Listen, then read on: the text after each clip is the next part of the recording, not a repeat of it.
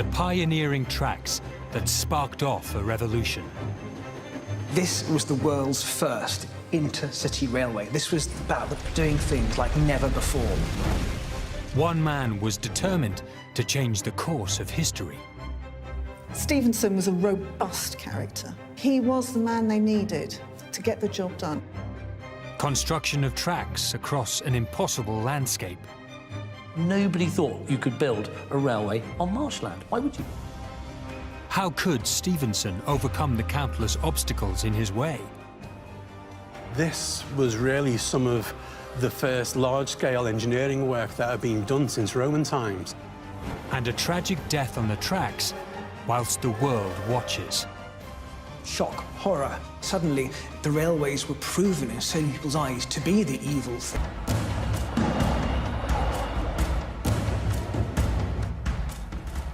The Liverpool to Manchester Railway is nothing less than the world's first intercity railway. It's something we take for granted today, but this was the first one. It was here that the testing ground, the proving ground of so many ideas was made. It was the template for so much else, and we exported it across the entire world and changed the world forever. Thanks to the Liverpool and Manchester line, time became unified. And without that happening, the modern world simply couldn't exist the way it does today. Could argue that the whole world really is a branch line of the Liverpool and Manchester Railway, the first mainline railway in the world between two of the finest cities in the world.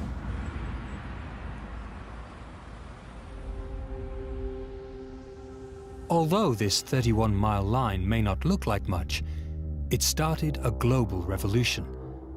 But from the very start, there were massive problems. At this point in time, railway travel is like space travel today. Nowhere in the world has a railway system. So the Liverpool to Manchester idea, this is crazy. The railway was as revolutionary a piece of transportation as we see the self-driving car today. Are we going to crash? Are we going to have accidents?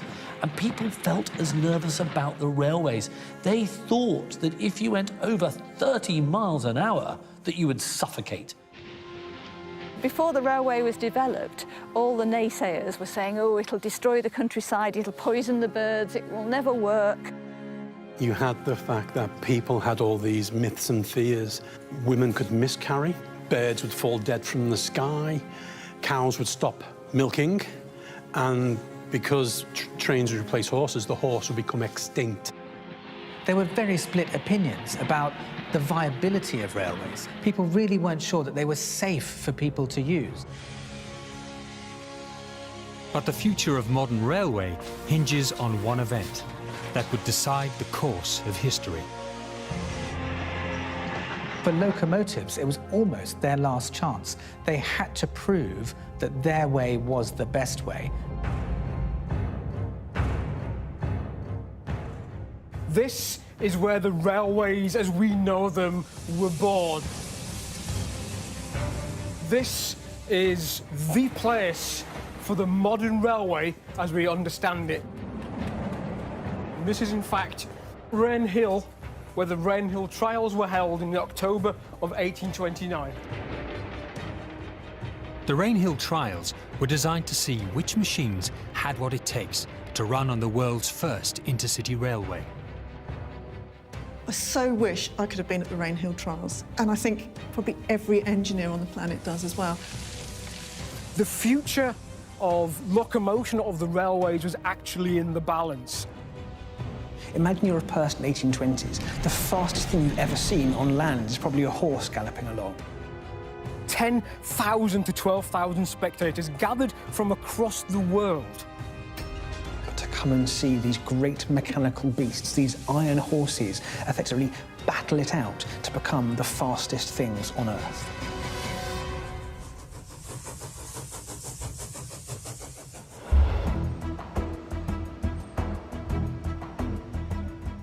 But powerful forces were working against the idea of public railways from the start.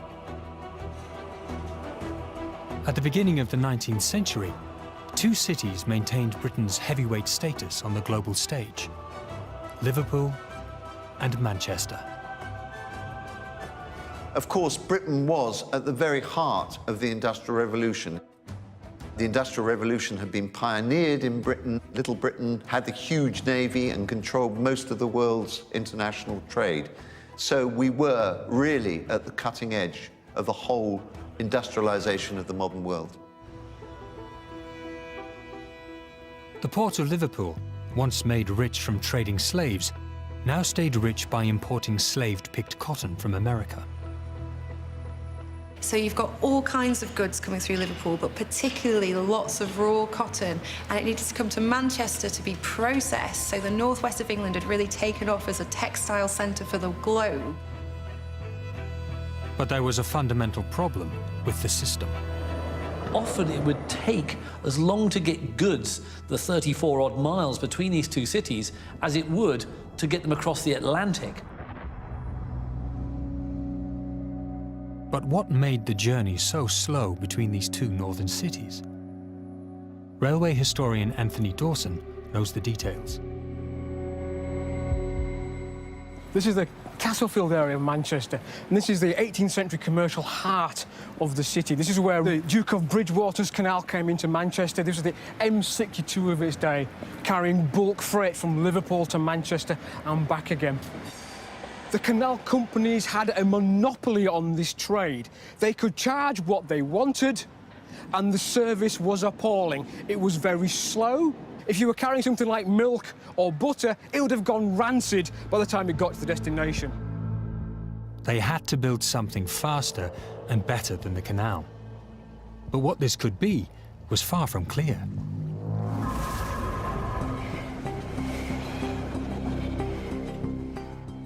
In the 1820s, the only railways were short lines used to carry raw materials, some pulled by horses, others by engines that were perceived as dirty and polluting.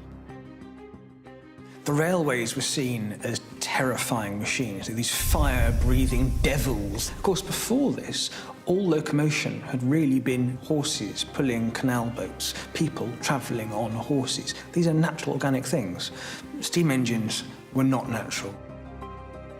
But Northern engineer George Stephenson had seen what they could do and is prepared to fight for these ill-famed machines. But did he have what it takes to change the course of history? He wasn't an educated man. He was self-taught. He'd been around engineering, he'd been around machinery, and he just instinctively understood how these things worked. In order to build a railway, Parliament had to pass a bill to approve it. So Stephenson worked with surveyors on a potential route for the line. The surveyors set out to try and work out the best route between Liverpool and Manchester. If they get the right route, the railway's going to happen. If they get the wrong route, it could cost thousands and thousands of pounds more, and the enterprise could ultimately fail. Stephenson was called to Parliament to justify his route, but it didn't go to plan. You have people in Parliament as well who look down on people like Stephenson with his Northumbrian accent and his northern ways. They thought this wasn't the way to be a scientist, this wasn't the way to engineer. He must be a fraud. In fact, Stephenson had been working away on a coal railway elsewhere, and his team's survey of the route contained errors. Parliament ripped it to shreds. And George, under cross-examination, fell to pieces. His survey was pulled apart. It was discovered that his bridge at Eccles would have been underwater. Imagine that. One of the greatest minds of the age was laughed out of the place. It was deeply embarrassing for George. It was deeply embarrassing for the company. But why was it so hard for Stephenson's team to put together an accurate survey? One of the reasons why Stephenson's survey was so bad was because they hadn't had permission to actually carry out their survey. And where they had to go through people's private properties, they had dogs set on them, they had guns fired over them, and even local tenants armed with clubs and sticks to chase the surveyors off the line. The aristocracy did everything they could to stop George from building his railway. Landowners didn't want a railway invading their private land. And the fact is, the Liverpool to Manchester Railway faced powerful opposition in Parliament. There were those landowners and those parliamentarians who despised the idea of the lower working classes becoming mobile. They was thought they could cause riots. And more importantly, you actually had the canal owners who feared a railway coming in and taking away all of their money. Against all this opposition, George Stephenson had a very strong vision. He wasn't perturbed by it, and he pushed forward, certain that railway was the future.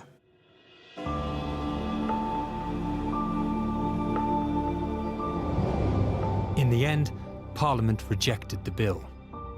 Would Stephenson be able to make his railway a reality? This turning point in history, as we now know it, what could have happened? Would we have had a greater ship canal? Would we have had it widened earlier? Would we have had more steam power on canals? Would ship power have been developed as an alternative much faster? Who knows? It really was a turning point.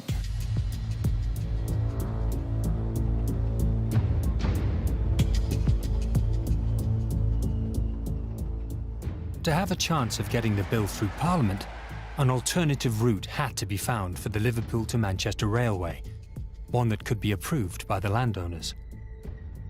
Historian Michael Bailey explains.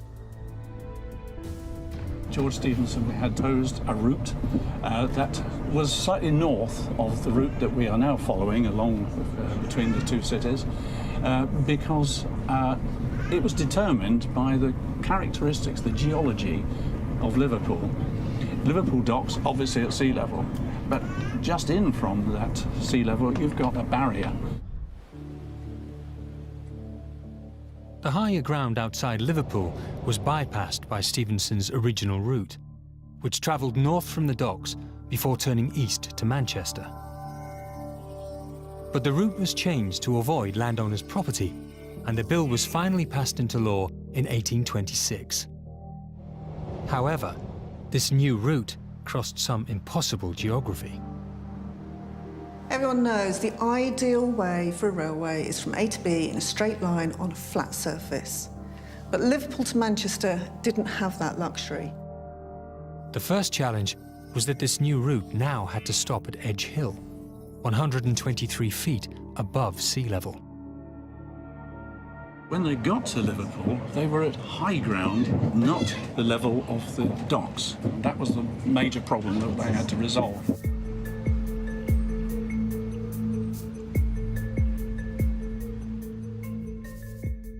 But how could Stephenson overcome this seemingly impossible task?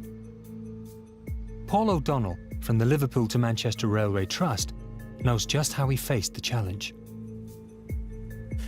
Where we're heading is a place so secret, very few people know of its existence.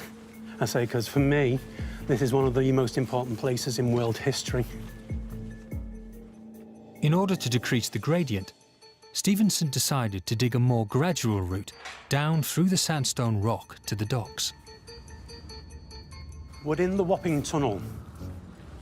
Just one of these dark, secretive places there, because it's been sort of left here and forgotten for so many years. Myths do arise. They had to tunnel nearly 1.5 miles through sandstone beneath the city streets down to the dock at Wapping. It was a massive undertaking. Everything was done by hand with pickaxes, shovels and blasting powder. The work was done by labourers known as navvies, who lived in camps along the line. They worked long hours and in really intolerable conditions, and health and safety, you can forget about it. People died on this job. Heavy workers and heavy drinkers and heavy fighters, but they could really shift the stonework, so they could move like a couple of cubic tons a day. Stories that they'd bleed from their eyes with the amount of work they were doing is not unheard of. Excavating underground, the navvies could see only by candlelight, and the work was fraught with dangers. Had a 30-foot cave-in, and there was a big botanical gardens above it at the time. It was dangerous and very dark work.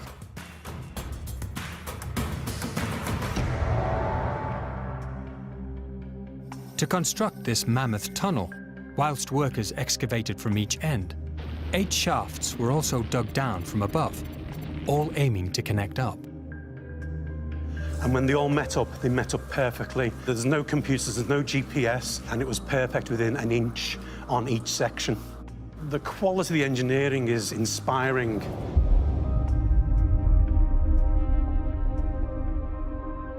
Although too steep for locomotives, stationary steam engines could now take goods up and down to the docks using an endless rope system. At 1.2 miles, it was the longest railway tunnel in the world at the time, and a huge engineering achievement in itself. But the path ahead was still far from smooth.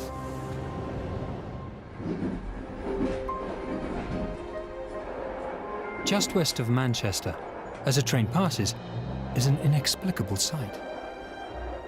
Why is the track wobbling? Much of the northwest in the 1800s was made up of wet mosslands, a marshy terrain dating back around 10,000 years. One section, Chat Moss, lies directly on the route between the two cities and posed a huge challenge to the construction of a railway line. A huge expanse of bog just to the west of Manchester, in parts at least 30 foot deep, and it was said where man and horse feared to tread for fear of drowning in the quicksand. It's just this boggy, nasty marshland that spreads on for far too long. How could Stephenson ever dream of running a multi-ton locomotive over the top of a sinking bog? At Risley Moss, Ranger Mark Cousins is an expert on this landscape. So this location here, you can see, possibly, we can walk across this. Wouldn't cause us too many difficulties to build on. Still looks as if, oh, it's not too bad, a bit spongy, still okay to go. And then all of a sudden, you hit an area and you'll start to sink deeper and deeper and deeper. Peat bogs are unstable, marshy landscapes, covered with a layer of vegetation. It's formed sphagnum mosses, cotton grasses. Sphagnum moss in itself can hold vast amounts of water, as I can display with this here. You can see there, doesn't look much. Like a giant sponge, constantly growing and growing, taking in carbon. Fantastic carbon sink. But underneath, to try and build on it, not so good. Once broken, this spongy layer gives way to a peaty quagmire of dead plant material. You couldn't walk on it because you'd sink up to your armpits in it, sort of thing, and it was most unpleasant. Now, how do you build a railway across a moss? That was the major problem that they had to resolve. Stephenson initially tried to stabilize the boggy area with harder material. Piling in loads and loads of ballast and stone and sand. But there were some bits which was so boggy, it was almost impossible to cross. The pressure was really on poor old George. The work to cross Chat Moss had taken far longer than anticipated. In fact, the board of directors were getting increasingly anxious about the work. George had to find a solution, and fast. He turned to the locals for advice. And so what they said is you have to float it across Chat Moss. And the way to float it is, in fact, to take trees and to lay them into a kind of grid, which formed a kind of matting. He made a sort of springy mattress out of branches and brushwood and used that to then support all of the infill. You literally floated the iron railway across the marsh.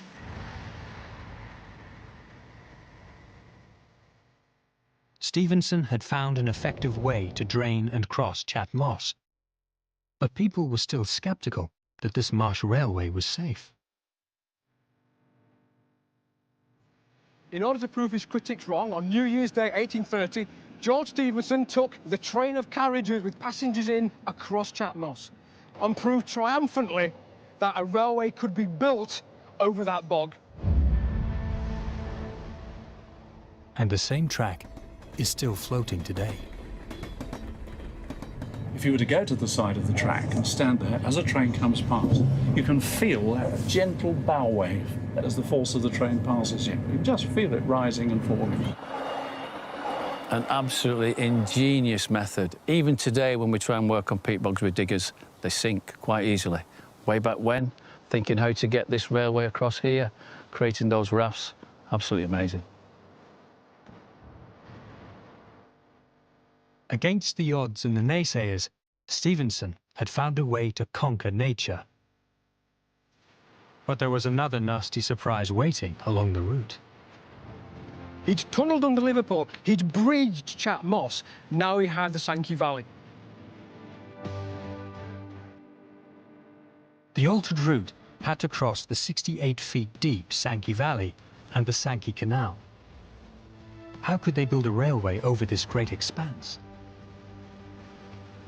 So to get the train from one level across the valley at the same level, they had to find a solution. And the solution they had was a massive viaduct. Now this is the Sankey Viaduct, which was built to carry the Liverpool and Manchester Railway in 1830 over the Sankey Canal. You might think, these arches are rather high, but in fact there used to be barges with sails travelling along here, so it had to be built at a sufficient height to accommodate those. And it was a tremendous engineering achievement. The Sankey Viaduct was one of the most expensive structures on the whole line, and with 9 arches was the biggest of its kind ever seen at the time. The architecture of this railway was designed to impress. It was a way of the railway company expressing its power, its wealth, as well as its substance. They were saying, we are here, and we are here to stay.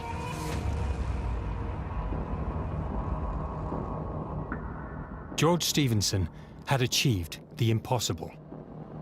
Today, if you build a railway, you have a whole team of experts behind you, and you have a century of information. But for Stephenson, this was the first in the world. There are no other experts to turn to.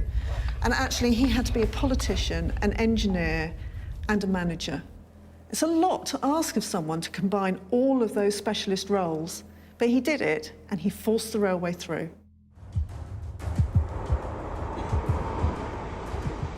But there was a pressing issue threatening to kill Stephenson's dream for good. It may seem incredible, but with construction well underway, no one even knew what would run on these tracks. Looking back at it now, it's obvious, right? You choose steam locomotives to haul trains along a railway, but that wasn't the accepted idea at the time.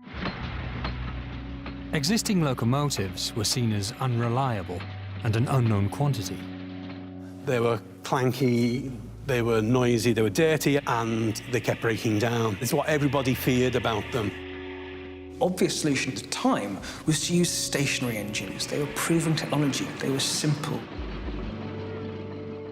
Stationary steam engines hauled carriages along by a single continuously moving rope, but this limited their speed and efficiency. But the director had cautiously voted in favour of the tried and tested technology. George Stephenson were absolutely furious with this decision, and he feared that the Liverpool and Manchester Railway would be strangled by ropes. One of these stationary engines fail, you've lost the whole line. If the locomotive fails, you lose one train. Stephenson said that locomotives are worthy of a fight, and they will not be cowardly given them. To settle the matter once and for all, the directors came up with an unusual solution. Let's have a trial to see if the railway engine can be improved, and is it as good or is it better than a stationary engine?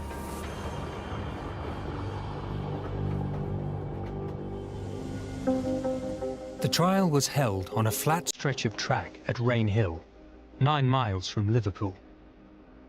Entrants had to prove the engines could carry a load of 20 tons at the speed of 10 miles per hour for the equivalent of the distance between the two cities.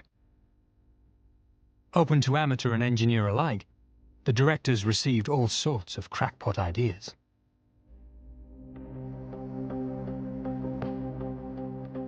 Multifarious schemes were proposed. Locomotives where the friction was reduced to nothing, where they could pull trains with a silken thread, using perpetual motion, using columns of hydrogen and water or mercury. Some of these schemes are absolutely ludicrous. One of them wasn't really an engine, it was a horse on a treadmill connected to the wheels, but the chap who made that was actually on the board of the company.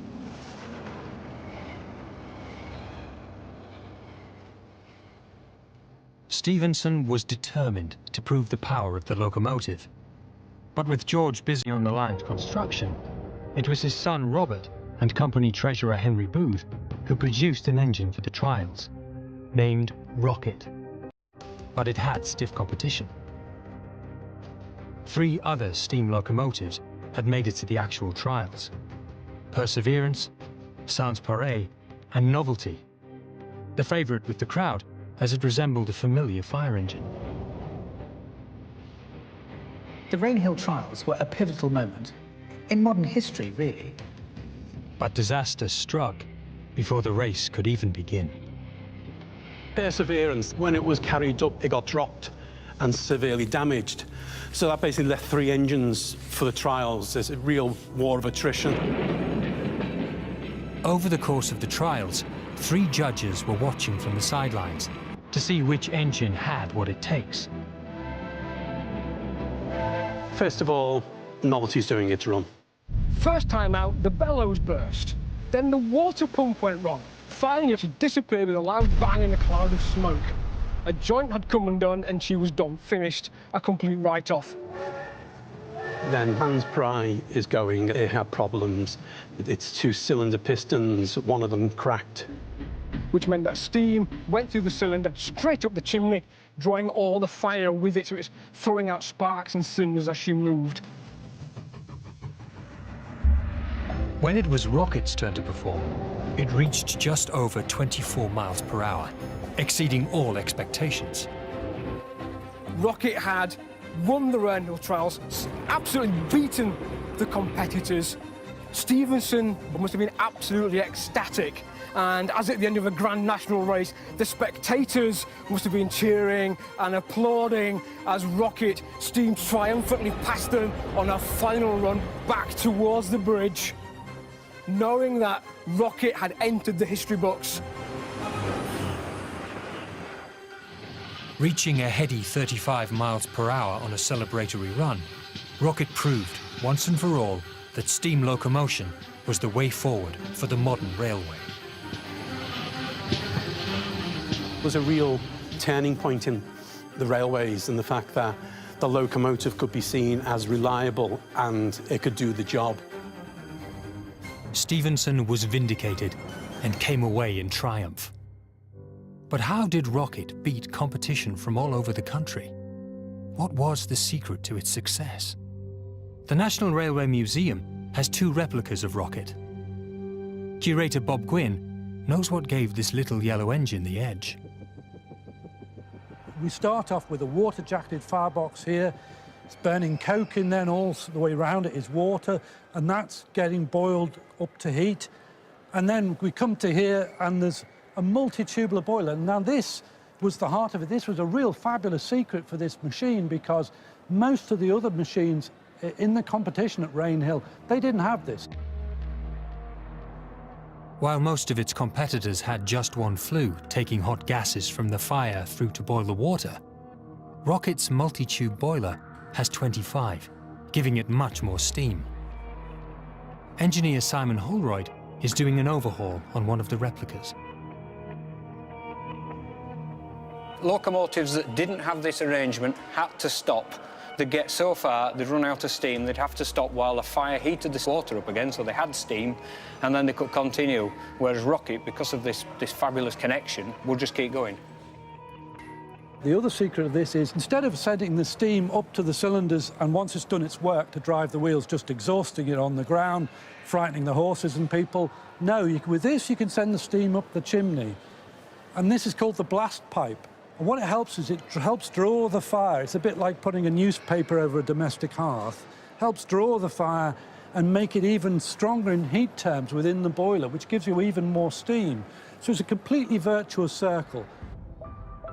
Designed to defy the negative stereotypes, Rocket consumed its own smoke, was more reliable, and more powerful than any engine in history. So it was a world beater, and actually it lays the template for all steam locomotives worldwide. The grand opening day of the much-awaited Liverpool to Manchester Railway approached, and everything had to go perfectly to show the world the brilliance of this British engineering triumph. But no one could have anticipated the tragic accident about to happen. Opening day, 15th of September, 1830. We've got the Prime Minister, who is also the hero of Waterloo, the Duke of Wellington, the ambassador from Russia, the ambassador from Austria. We've got the consul from America, several MPs. They're all here. And expectations were incredibly high. Unfortunately, on the day, things didn't quite go as planned. Improvements to the engine's design were being made at a terrific pace, and Stephenson himself was aboard a new Northumbrian engine, but Rocket was still there for the occasion. There's hundreds of thousands of people today. They are on every bridge. If they can see the line, there are people 3D watching it. A cannon goes out, and they were off. The trains were hurtling along the track, but they had to stop to take on more water along the way. Travelling at around 22 miles per hour, there should have been no danger, but passengers weren't used to machines moving at this pace. They had been given instructions for their safety. They were told before they all started, don't get out. As soon as the train stops, they all get out. The train stopped on the south track for water, and MP William Huskisson took the opportunity to walk up to the Prime Minister's carriage to greet him. Then, next minute, Rocket is coming up the track on the North Rail. And everyone notices it. There's lots of people milling about. And the cry goes out, train coming. Now, there's no brakes on the engine. There's brakes on the carriages for what they're worth, but the only way to stop Rocket is to put it into reverse. Huskisson panicked as Rocket hurtled down the track towards him. But of course, he also had no concept of speed or what these machines were. People say, get out of the way, or get in. And he dithers a bit. And he twice crossed the line and then recrossed it. He stopped, he panicked, he turned round, he came back again. And basically anything wrong he could have done, he did wrong. Rocket was bearing down on him, and in some desperation, he grabbed hold of the door of the Duke's carriage, and it swung open, leaving him hanging. And he falls across the track, and actually, the engine runs across his leg. And he then, sadly, died that very evening. The tragic and poignant aspect to Huskisson's story is that he'd been the MP who championed the railways, and yet, on the glorious day when they launched, he was the one who died on the railway that day. At the railway's crucial hour, the world watched in horror as Rocket took an MP's life in a gruesome death on its tracks. News of the first public railway casualty spread far and wide. Shock, horror, Huskisson was dead. You know, suddenly, the railways were proven in so many people's eyes to be the evil thing. Huskisson's death was front-page news, and there's really no such thing as bad publicity. It made the railway famous in a horribly ghoulish kind of way. But once the service started, an unexpected turn of events took place. Initially, the railway was designed for freight, but suddenly people started to realise you could take people. And the demand for that went through the roof. There's a demand by people to say, well, look, if a piece of goods can go along it, why can't I go along it and visit my auntie in Manchester? And indeed, why not? And the railway realised very early on this railway was going to make its money not from freight, but from people. Tucked away in the heart of Manchester, one place is particularly important to the history of the Liverpool to Manchester Railway. Erin Beeston is a researcher at Manchester's Museum of Science and Industry. This is Liverpool Road Station. It's the oldest railway station in the world. It was the Manchester terminus of Liverpool and Manchester Railway. Trains of goods would arrive into this multi-storey warehouse, where gravity hoists could move them up and down the building before being loaded onto carts to be moved around Manchester. On the opposite side of the tracks was the passenger station. So this is the first-class ticket office for Liverpool Road Station. There was about 4 times as many passengers than they expected in the first 3 months. About 1,000 passengers a day travelled through the station. Cheaper, faster, and safer than stagecoaches, it was a whole new experience for the first passengers. So these are the kind of carriages that people would have been on. If you're first class, well padded, comfortable, glazed and so on. If you're in the second class, well, I'm sorry, you might be able to sit down if you're lucky, but fundamentally you're going to get very wet and very cold. Many disgruntled passengers refer to these blue boxers or rattlers as being travelling pneumonia wagons. Travelling at such speed behind a locomotive meant that you'd get all kinds of smells, you'd get the steam, you'd get dirt, you were exposed to the elements. You could be in this carriage and hot coals would come drifting down in the smoke. If you weren't careful, it might set your hair on fire. It was an interesting experience to travel from Liverpool to Manchester, but it was an exciting experience for the first passengers. What was once thought impossible had now become a reality. The famous phrase of this period was an annihilation of space and time. What they were saying was that actually the railway shrank space. It meant that places were much closer together. The stories of a man who was seen trading in Manchester at 1 o'clock, went to Liverpool, did business, came back and he was at church in the evening. So all these stories of, my God, the speed of this. It starts an actual social revolution as well, because you're able to travel, you're able to meet different people. You know, the gene pool changes. It's a major revolution. The Liverpool to Manchester Railway transformed the way we live. It allowed people to travel in a way they never had done before. It improved people's diets. It created connections that were never there before. But for me, the most extraordinary thing is it changed our concept of time. But how did a railway that opened in 1830 affect our timekeeping today? Time is a function of geography and longitude. So before standard time was invented, everywhere had its own time, and that was perfectly logical. But the idea of trying to run a railway with departure and arrival times when every destination was on its own time was utter chaos. So it was very complicated, and certainly Henry Booth, who was the company secretary and treasurer of the Liverpool and Manchester Railway, made a plea in the 1840s to try and introduce some sort of standard time. Although Booth was unsuccessful, Parliament eventually came back to his idea. In 1880, GMT was officially rolled out across the country, and Britain was brought under one time zone. GMT being adopted later on meant that suddenly time became important.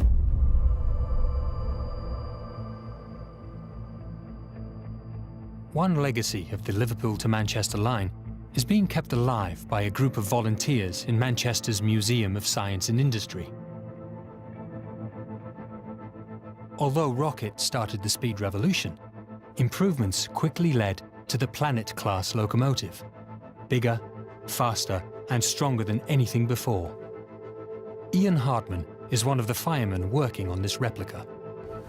So, obviously this is Planet. Planet is one of the sisters of Rocket. was the pinnacle of steam, brand new, fresh out of the box, and everybody wanted to have a go with this, really. Completed in 1992, this replica still runs today. It's got character, it's raw.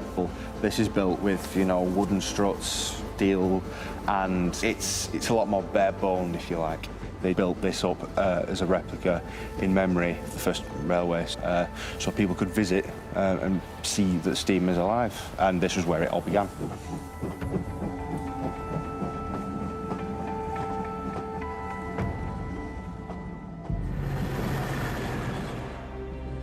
It all goes back to the pioneering Liverpool to Manchester Railway. Between them, the Stephensons had created the fastest machine on Earth and the longest railway line over impossible terrain. I think really one of the true heroes of this story is George Stephenson. He was the man that created this railway. He's the man that kind of provided the impetus for the locomotion. He's the man, really, we can say, with all honesty, is the father of railways.